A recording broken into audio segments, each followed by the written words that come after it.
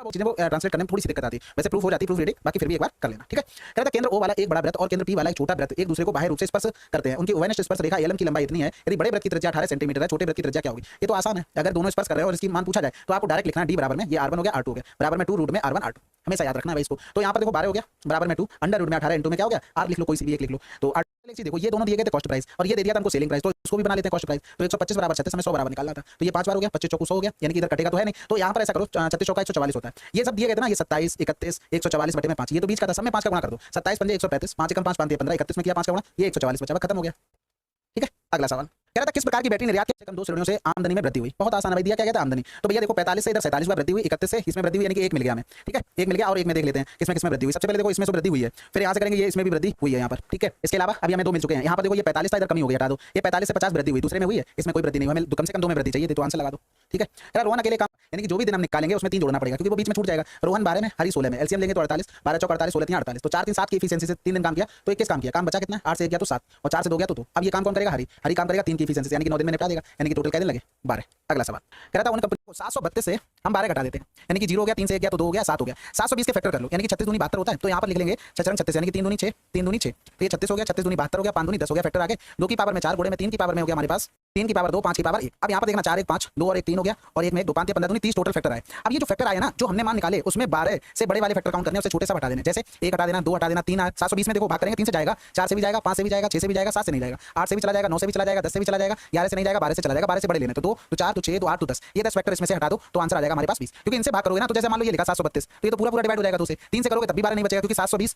और प्लस का हमें 12 फिर करना पड़ेगा, तो ये भी डिवाइड हो जाएगा ये भी डिवाइड होगा, उससे नहीं हमें रिमाइंडर 12 चाहिए तो उससे बड़ा नंबर लेना पड़ेगा, तभी तो हम रिमाइंडर ले पाएंगे, नहीं तो छोटा लेंगे रिमाइंडर उतना आएगा ही नहीं, ठीक है। तो इस तरीके से हम कर सकते थे। अगला सवाल ना, ये भी सवाल भाई देखो कितना ब्याज मिल गया 8 2 9 से 2 गया तो 7 8 से 7 क्या कितना ब्याज मिल गया किस पर 7200 पर और 100 ऊपर पहुंच जाएगा, पीआरटी अपॉन 100 डायरेक्ट लिख रहे हैं और कुछ स्पेशल नहीं कर रहे जो आप समझ ना पाओ और नहीं समझ पा रहे तो थोड़ी मेहनत बढ़ा दो भाई, ठीक है। 12 चक्के 72 हो गया 144 हो गया क्योंकि 1728 12 का क्यूब होता है, इस दर पर बेचना चाहिए। बहुत आसान सवाल हो गया भाई, देखो टोटल 500 केजी कपास थी उसके पास, 10% खराब होगी तो 90% उसके पास बची, उसने x रुपए के हिसाब से बेच दिया, लेकिन उसने टोटल 8000 में खरीदी थी, उसे 20% का प्रॉफिट चाहिए था, बस खत्म हो गया सवाल। ये 0 कट गए, ये यहाँ से ये 3 0 इधर काट दो, ठीक है। इधर करेंगे तो ये 5 तो ये वाली लाइन अगर छोड़ दिया जाए बाकी सब में रेशियो देखो भुजाओं में 1 √3 और यहाँ पर हो गया तो राइट एंगल अगर ट्रायंगल हम बनाते हैं तो भैया पता है ना आपको, ये होगा हमारे पास √3 और ये होगा हमारे पास 1 तो ये 2 होगा, ये 60 डिग्री होगा, ये 30 डिग्री होगा और ये 90 होगा। अब इनमें एंगल भी देख लो यही रेशियो में है, बस खत्म हो गया सवाल। यानी कि अगर हम इसकी देखें क्या परित्रिज्या तो क्या होगी 2 बटे में 2 होगी, यानी कि आधी हो जाएगी हाइपोटेनस की, तो 1 बराबर में 12 दिया गया, अब सबके मान निकाल लो, 2 बराबर में 24 हो गया, √3 बराबर में क्या हो गया 12 √3 हो गया। अगर ऐसे नहीं कर पा रहे ये तो चलो ये हो सकता है हाँ ठीक है करके आए हो तो ये सब कर दिया फलाना ढंग का, तो कोई बात नहीं भाई ऐसे कर लो, यहाँ से 6 4 10 तो 12 बराबर में 180 हो गया, यानी कि इधर लिखेंगे 1 बराबर में कितना हो गया 15 हो गया, तो एंगल हमारे पास क्या निकलेंगे 15 दूनी 30 डिग्री 15 चौको 60 डिग्री 15 छक्का 90 डिग्री, यानी कि अब तो ये ट्रायंगल बना लोगे कोई समस्या थोड़ी ना है, कितना ही फर्क पड़ेगा, ठीक है। अगला वोट अवैध पाए गए, सफल उम्मीदवार को वैध मतों का इतना % प्राप्त हुआ और वह इतने मतों के बहुमत से जीत गया, मतदाता सूची में नामांकित मतदाताओं की संख्या ज्ञात करे।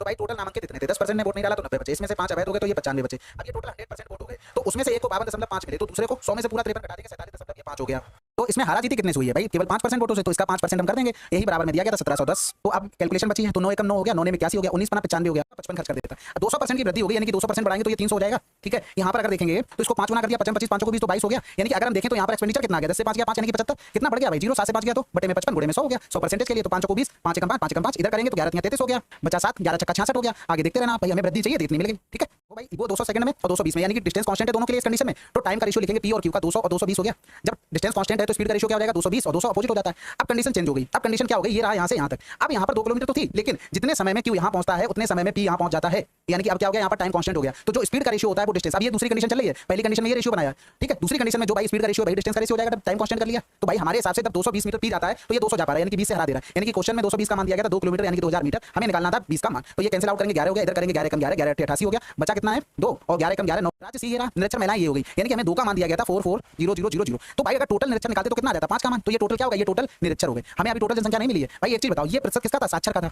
और अगर हम यहाँ से निरक्षर निकालना चाहे तो नहीं निकाल पाएंगे भाई, 78% साक्षर है तो 22% निरक्षर होंगे, ये सी के लिए कंडीशन होगी, यानी कि अगर ये जो टोटल मान हमने निकाला है वो सी में निरक्षर लोगों का आ गया, टोटल 100% का मान निकालेंगे, तो ये काटा 22 दूनी 44 2 से 2 कट गया, 5 के साथ दुनिया भर के 0 देखो अलग अलग। अगर हम 45 रखते हैं अल्फा बराबर 45 तो आपको पता लग गया p बराबर में q होगा, तो ये वाला ऑप्शन देखेंगे p स्क्वायर अपॉन में p की जगह या q की जगह p रख देंगे तो ये क्या बना देगा 1 बटे में 2, ये ऑप्शन अलग है, इसका मान बना जाएगा, ये 3 सभी ऑप्शन अलग है। अब इसमें देखना cos अल्फा sin अल्फा तो दोनों जगह सेम होते हैं, यानी कि अगर 1 अपॉन में √2 क्योंकि cos अल्फा की जगह 45 हो गया तो cos 45 का मान 1 अपॉन √2 p माइनस का q हो गया, और जो कुछ बटे में लिखा वो लिखा रहने दो भाई। हम p की जगह पे क्या लिख सकते हैं, ये p बराबर किसके q के, तो ये दोनों कैंसिल आउट नहीं हो गए, यानी कि ये 0 बन गया। इसी तरीके से अगर इसको लिखेंगे तो ये हो जाएगा q स्क्वायर माइनस का q स्क्वायर, क्योंकि p बराबर q हम यहाँ से सिद्ध कर चुके, तो ये भी पूरा 0 बन गया, तो आंसर क्या आ गया हमारे पास 3 आ गया। अगर क्षेत्रफल इतना है तो उसका आयतन क्या होगा। देखो ऐसे सवालों में कभी-कभी कंफ्यूजन होता है कि कभी टोटल सरफेस एरिया लगा देता है, कभी नॉर्मल कर देता है, लेकिन पार्स में तो टेबल वही होना, अगर टोटल लगाना होगा तो उसे बोलना पड़ेगा, लेकिन नहीं बोलता तो ऐसे में आप ऑप्शन के हिसाब से जाया करो, ठीक है। आपको ऐसा नहीं होता कि ऑप्शन मैच कर जाएंगे, लेकिन आपको थोड़ा सा दिक्कत तो होती है, लेकिन चलो कोई नहीं, एडजस्ट करो। यहाँ पर 4 करेंगे तो 4 12 हो गया, 4 24, यहाँ पर कोई दिक्कत नहीं थी, लेकिन कभी कभी टोटल सरफेस एरिया का फार्मूला लगाता तब दिक्कत होती है, ठीक है। अगला सवाल करते हैं। एक आयताकार पार्क की लंबाई भी डायरेक्ट लिखना था, कितना 55। अब यहाँ पर देखो अगर चौड़ाई से कितना अधिक है, b प्लस का 15, इन दोनों का सम करेंगे तो 2b प्लस का 15 बराबर में 55 हो गया, तो 55 यानी कि 40 आ गया,